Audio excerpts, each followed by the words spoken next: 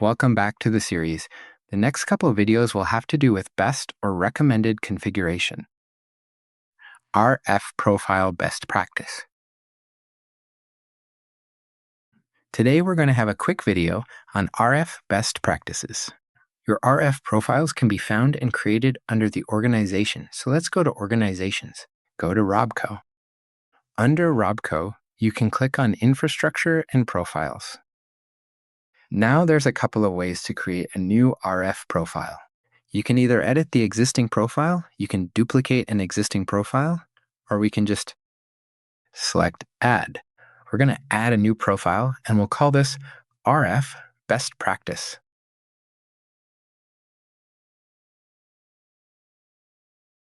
This is going to be an RF profile.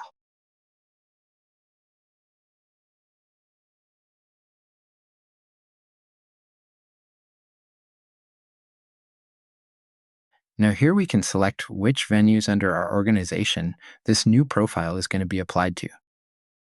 Let's apply it to all of our businesses. Go to Configuration. Now under Configuration, this is where all of your RF specific configuration is done. So for 2.4 gigahertz, let's leave it on Wi-Fi 6. I would definitely recommend leaving 20 megahertz channels for 2.4. I like to set the minimum supported rate to at least 12, if not 24 megabits per second. This will create a smaller cell and make your devices roam easier between APs. Let's disable 802.11b rates unless you know for sure you have a B-only client. I would always disable this. Airtime fairness, let's keep enabled. Channel selection, we can use auto. Now, excluded channels on 2.4 gigahertz, you could go put in that you want to exclude channels 2, 3, 4, 5, 7, 8, 9, and 10, but we by default will only use channels 1, 6, and 11, so you can leave that empty unless you need to disable 1, 6, or 11. And then for power, we have 3 different settings. Low power we have defined as 10 dBm of transmit output power, medium is 16 dBm, and high is just the highest possible power that the AP that it is applied to will use. An AP such as the EAP 102, which will go all the way up to 28 dBm of power, but then we have some lower powered wall plates that may only be 22 dBm as high power. So you can select high. Auto will typically steer it toward the high end, but if it's in a congested area, it may lower the power on 2.4 gigahertz.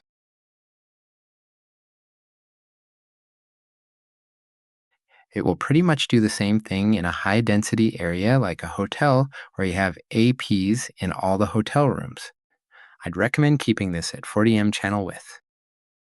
If you want higher speeds in a less dense area, you could enable 80 megahertz channels, but for most cases, I'd recommend 40. Also, with minimum supported rates, I would set this high. I'll usually go at least 24 megabits per second, but you could go all the way up to 54 megabits per second. DFS channels, typically best practice, I would enable your DFS channels and then maybe go back after a couple of days and check your logs to see if you had any DFS events. If you had some DFS events, you can go back in and disable your DFS later. But for best practice, I would leave that enabled to get more channel use and then airtime fairness. Let's also keep that enabled in excluded channels. If you're in an area where you know you need to exclude some channels, by default, this will auto-select on all of the available 5 gigahertz channels. And then the same goes for power that we had for 2.4, we have 10 dBm, 16, and highest power available.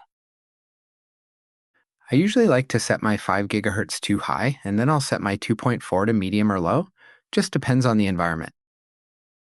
But those are kind of some best practices.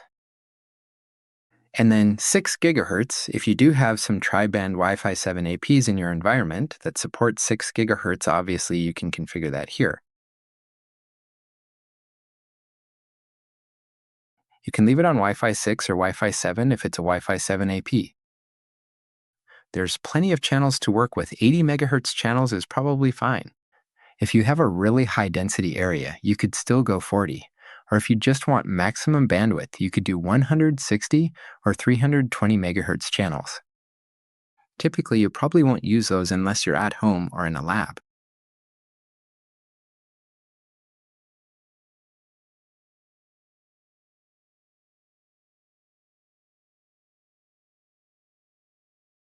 I'd still set that to 54 megabits per second. Let's enable airtime fairness. Same goes for your channel selection and power settings.